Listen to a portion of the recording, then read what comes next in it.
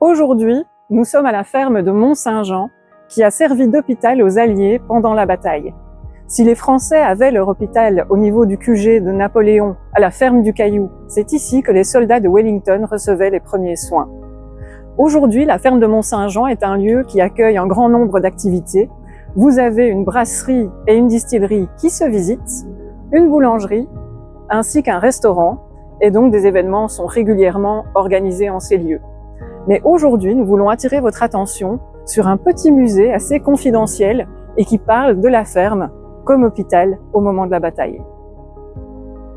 Vous trouverez ici des objets, des instruments chirurgicaux, des tableaux, des informations sur le corps médical militaire de l'époque. Ce petit musée et ces quelques salles parfois un peu sombres nous plongent dans une ambiance tout à fait particulière.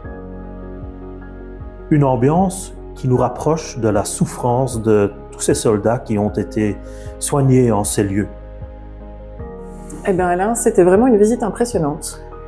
Oui, en effet, ce n'est pas très grand, mais très impressionnant, ça c'est sûr. Et ça Oui. nous plonge dans un aspect de la bataille qu'on a finalement moins l'habitude de voir quand on est sur le champ de bataille à proprement parler. C'est vrai, et on a parfois un peu moins tendance à aller dans les détails au niveau de tout ce qui est médical, parce que c'est pas toujours très joyeux, évidemment, mais c'est une réalité de toutes les guerres, en fait.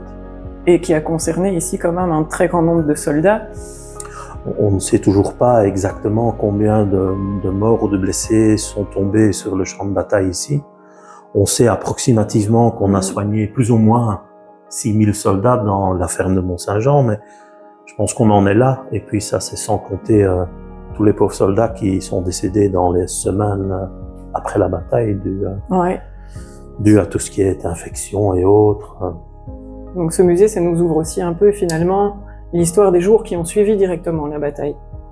Oui, tout à fait, parce que les chirurgiens, eux, ils sont restés en place. Bon, il y a une partie des chirurgiens qui a suivi la troupe direction la France après la bataille, mais plein de chirurgiens sont restés ici à Mont-Saint-Jean et dans les alentours, parce qu'il y a eu des soins sur le champ de bataille aussi. Et des blessés qu'on a récupérés encore plusieurs jours après Exactement. la bataille. Voilà, c'est ça, ils ont eu du boulot ici pendant plusieurs jours. Ouais. Ça a mis pas mal de temps pour vider la ferme de tous ces blessés et des dépouilles des soldats décédés. On n'en retrouve plus des masses d'ailleurs, de ces soldats. Ah, non. Squelettes et autres, mais enfin, il y a eu plein d'histoires par rapport à l'industrie sucrière, par rapport aux engrais, mais je pense que pour apprendre plus par rapport à ça, une petite visite ici s'impose. Avec Avec un les guides, 1815 évidemment.